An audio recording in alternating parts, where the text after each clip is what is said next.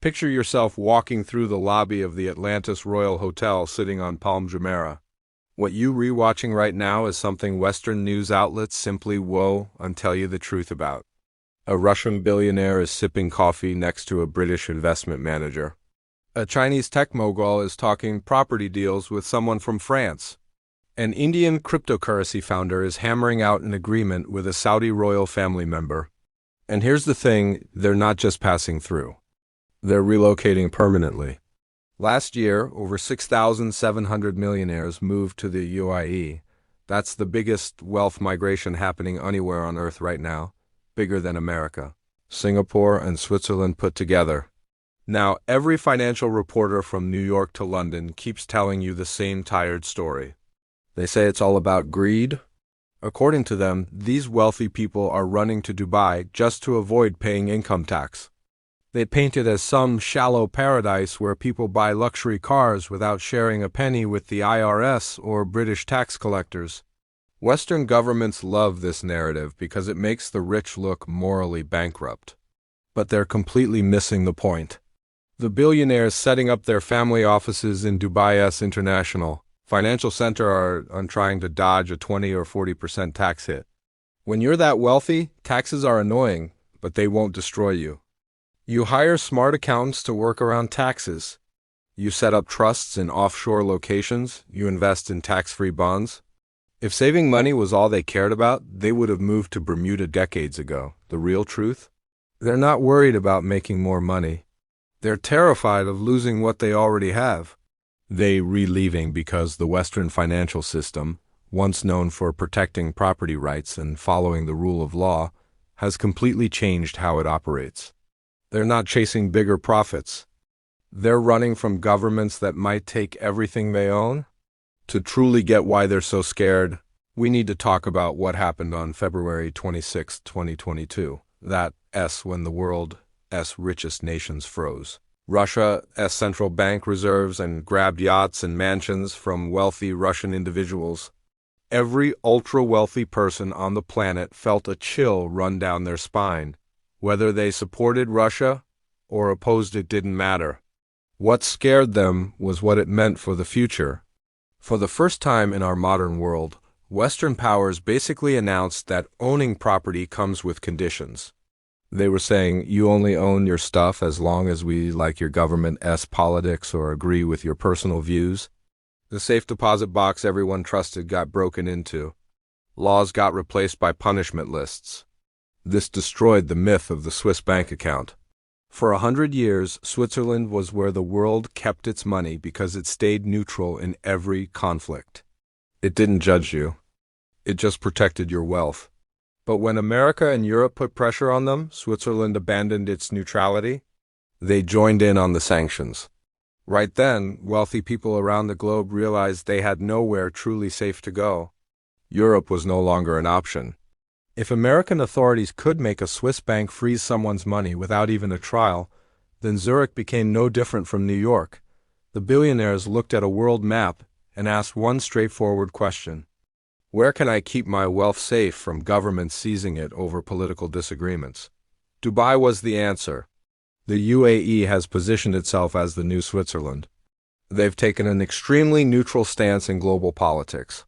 They do business with America, they do business with China, they do business with Russia, and yes, they even do business with Iran. They refuse to take anyone's side. When Western countries demanded Dubai freeze accounts of sanctioned people, the UAE politely said no, pointing to their own laws that shield investors from foreign political interference. To a billionaire worried about the US dollar being used as a weapon, this neutrality is priceless. It beats any tax break. It's insurance against being wiped out politically. But this escape isn't just about international politics. It's about watching your own government turn against you. Wealthy people are seeing the social agreement breaking down in Western countries, and they're getting worried. In Britain, banks are closing accounts of people because of their political opinions. When Nigel Farage, a former politician, lost his bank accounts because the bank disagreed with his views, it sent shockwaves through wealthy circles. It showed that accessing your own money is now a privilege corporations grant you, not a right you automatically have. In Canada, during the truck driver protests, the government used emergency powers to freeze bank accounts of regular people who donated just $50 to the protest. That was a line crossed. It proved that a Western democracy will cut off your financial access without a fair trial if you support the wrong cause. Dubai offers something completely different. The deal in the UAE is straightforward and honest. Follow our strict rules, don't create problems, keep your politics to yourself, and we'll never touch you or your money. Banks don't judge you morally. Nobody's checking your social responsibility score on your bank account. There's zero chance of them suddenly creating a wealth tax to fix their budget problems. In the West, successful people are increasingly seen as piggy banks that broke governments can raid whenever needed. The language coming from Washington, London, and Paris openly attacks wealth. Tax the rich isn't just a catchy phrase anymore. It's becoming inevitable policy in countries drowning in debt. The billionaires understand the numbers. They know Western governments are financially bankrupt. They know eventually these governments will come after unrealized profits, so-called excess earnings, and generational wealth. Moving to Dubai is a defensive strategy to put assets where these governments can't reach them. It's finding a legal shelter.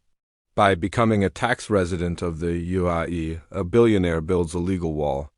Even if their home country tries imposing a global minimum tax or wealth tax, actually enforcing it against assets sitting in a Gulf state that ignores Western court orders becomes incredibly hard. Dubai is building a financial fortress for its residents. You can see this in the physical buildings going up. The thousands of luxury homes being constructed aren't vacation properties. They're backup plans. They're buying residency permits, not just apartments. They're buying the right to exist outside the control system of major Western powers.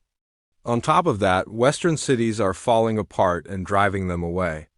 A billionaire in London or San Francisco pays millions in taxes, yet they can't walk outside wearing an expensive watch without fearing they'll get robbed.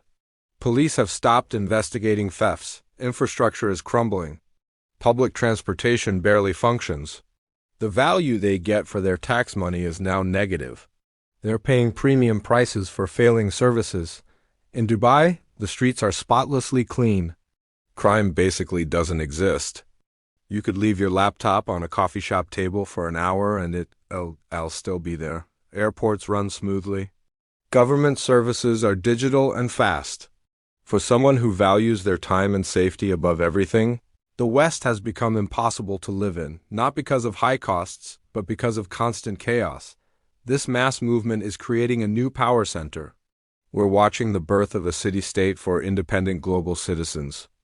Just like Venice became the trading hub during the Renaissance by offering stable laws in a chaotic Europe, Dubai is becoming the capital of our multipolar world. It's where non-aligned capital meets. It's where money goes when it wants respect instead of suspicion. The media calls them tax cheats. The truth is they're escaping a Western system that's forgotten to protect private property. And as you'll see, this flow of money isn't just building tall towers. It's creating an entirely new financial system that completely bypasses New York. The foundation of this mass exit is built on a legal innovation that matters way more than tax rates. The Dubai International Financial Center, DIFC for short. Most people think Dubai runs entirely on Sharia law or local UAE rules, which can be confusing and hard for Western businesses to understand. That's not accurate. The brilliant move by Dubai's rulers was creating a special zone right in the city center. Basically a state inside a state that operates purely on English common law. When a hedge fund manager signs a contract in the DIFC, it's not reviewed by a local judge. It goes through a separate court system, often run by retired judges from London's High Court or Singapore's Supreme Court. This creates a legal buffer zone. It lets money enjoy the stability and familiar legal structure of the West without the political problems and confiscation risks of Western governments. It's like they copied London's financial district operating system and pasted it into a place with no capital gains tax and no crime. This legal certainty has triggered an institutional move that goes way beyond individual billionaires buying penthouses. We're seeing the actual financial infrastructure itself relocating. Over the last 2 years, massive firms like Millennium Management, Exodus Point, and Blue Crest have moved huge parts of their operations to the DIFC. They're not just opening branch offices. They're moving their best performers, their top money managers and traders.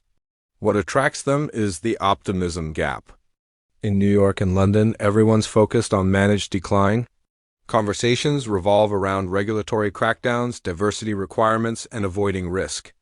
In Dubai, everyone's talking about expansion. The government acts like a startup company. If a crypto company says they need permission to trade tokenized real estate, the regulator doesn't sue them like America's SEC would. They create a framework for it within 6 months.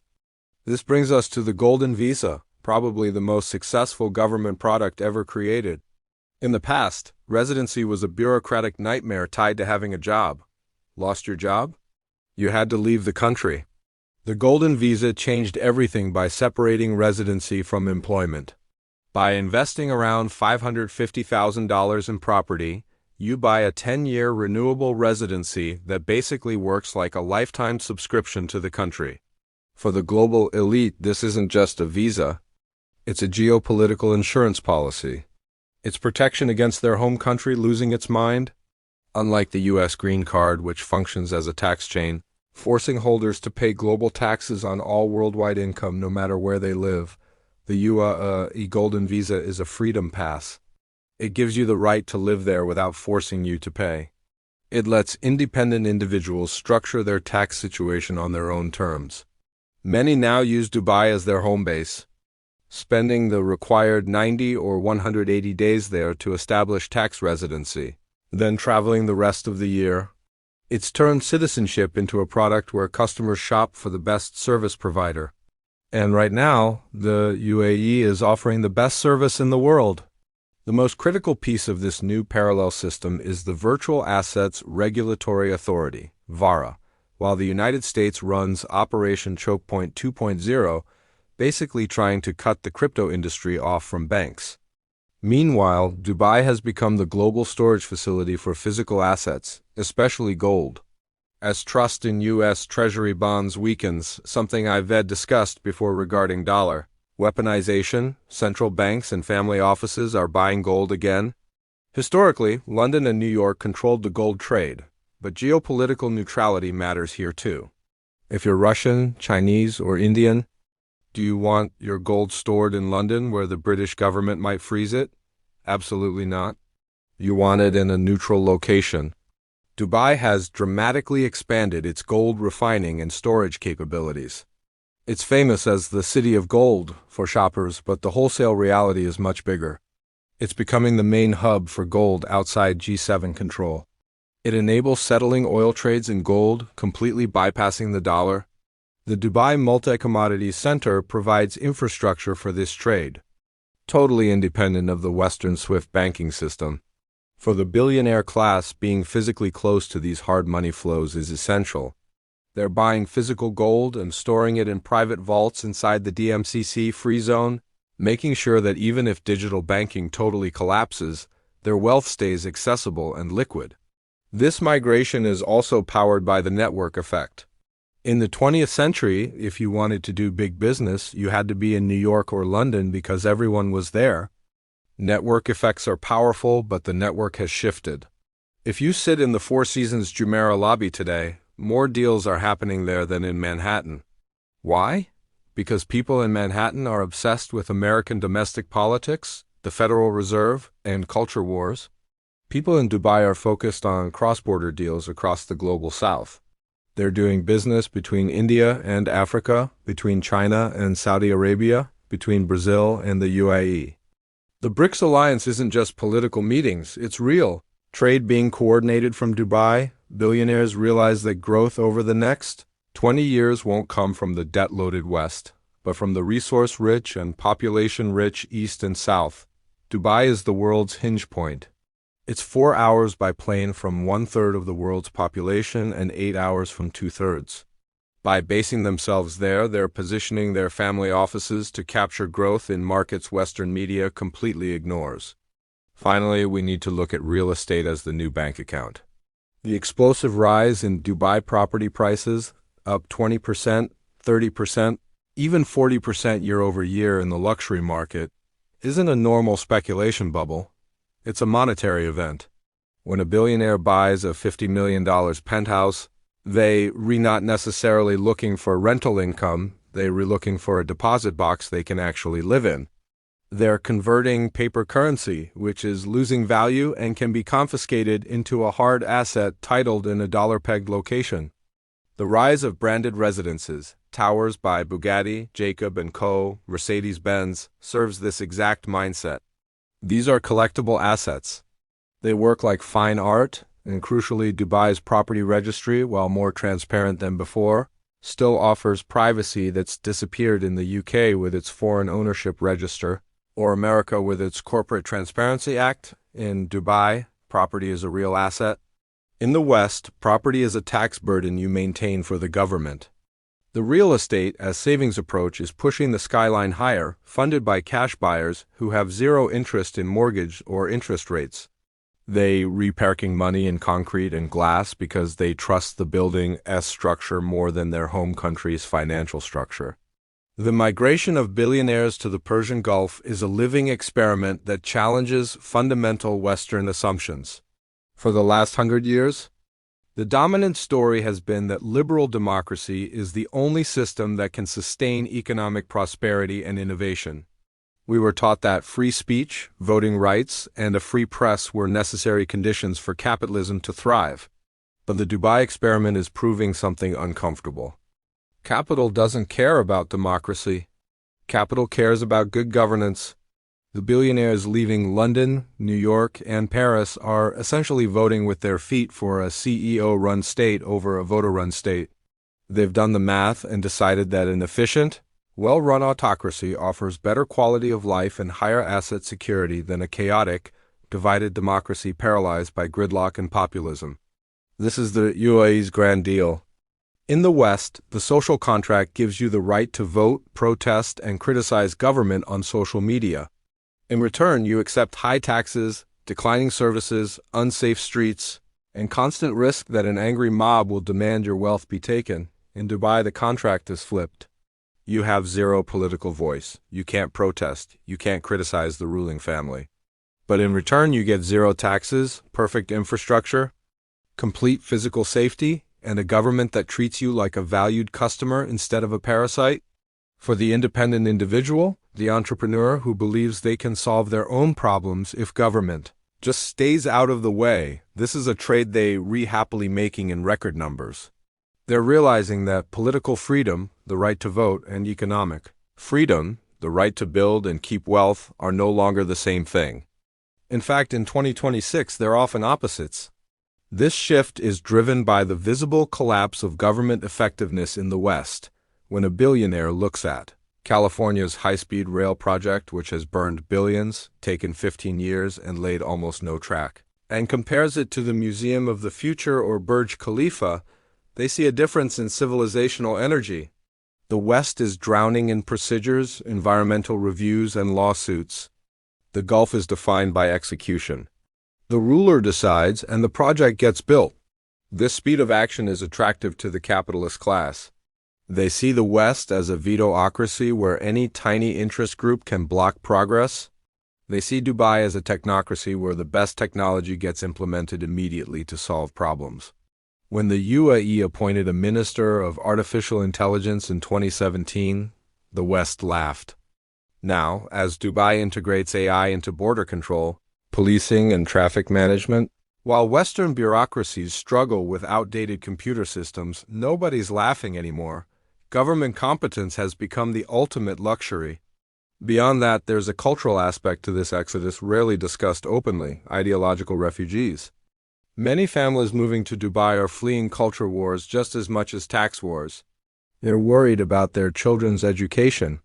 In elite private schools across the US and UK, the curriculum has increasingly shifted toward ideological teaching about gender, race, and history. Parents with traditional values feel they've lost control over their children's moral upbringing. Dubai offers escape from woke culture. International schools in Dubai, North London Collegiate, Dubai College, and others offer traditional, rigorous British or American education without modern ideological additions. The social environment is conservative, family-focused, and aggressively meritocratic. For certain parents, raising their children in a society that celebrates success rather than making them feel guilty about it is the main reason they relocating. They want their kids growing up somewhere the skyline inspires ambition, not shame. However, this paradise isn't without serious risks. The Dubai model depends entirely on the region staying stable enough for the system to keep working. The billionaires are essentially betting against regional war. Dubai sits on the edge of one of the world's most volatile geopolitical zones, the Strait of Hormuz. A conflict involving Iran could shut down shipping lanes, destroy the tourism industry, and crash the real estate market overnight.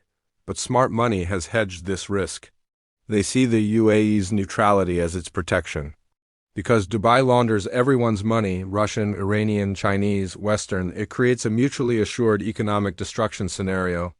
If Iran bombed Dubai, they'd be bombing their own financial lifeline. If the West sanctioned Dubai into collapse, they'd be destroying their primary intelligence gathering and diplomatic back-channel hub in the region. The city's role as Middle East Switzerland makes it too valuable to destroy. It's the neutral zone where enemies meet to trade. This gives residents a sense of security that defies geographic reality. Ultimately, Dubai's rise signals the splitting of the global order into Zone A and Zone B. Zone A is the legacy West, high taxes, heavy regulation, massive debt, low growth, focused on redistribution and social justice. Zone B is the rising East and South, low taxes, light regulation, high growth, focused on production and wealth creation. Dubai is Zone B's capital. It's attracting the productive class from Zone A who are exhausted from carrying bankrupt welfare states. This is a historic brain drain. When a French entrepreneur moves to Dubai, France doesn't just lose tax revenue. It loses their energy, connections, and the jobs they would have created.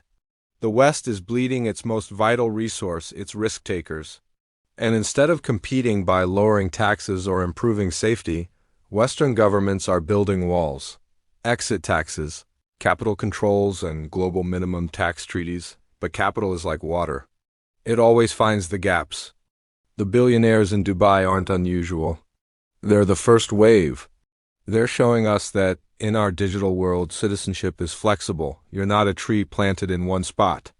If the soil in your country becomes poisonous to your growth, you can relocate. The lesson for average investors isn't necessarily to pack your bags and move to the desert tomorrow. Not everyone can become a tax exile, but you need to adopt the migrant billionaire's mindset. You need to recognize that home bias, keeping 100% of your assets, business, and future in one location is a dangerous gamble. If the world's wealthiest people are aggressively spreading their political risk, why aren't you? You might not buy a penthouse in Burj Khalifa, but you can spread your savings into assets your government can't easily devalue or confiscate. You can hold part of your wealth in independent money, gold, Bitcoin. You can make sure you have a second passport or residency in a neutral country, just in case. The real reason they're fleeing isn't taxes, it's survival. They see the storm approaching the West, the debt crisis, social chaos, currency collapse, and they're building an escape boat. Dubai is simply the safe harbor they've chosen. The question is, when the storm hits, where will your escape boat be?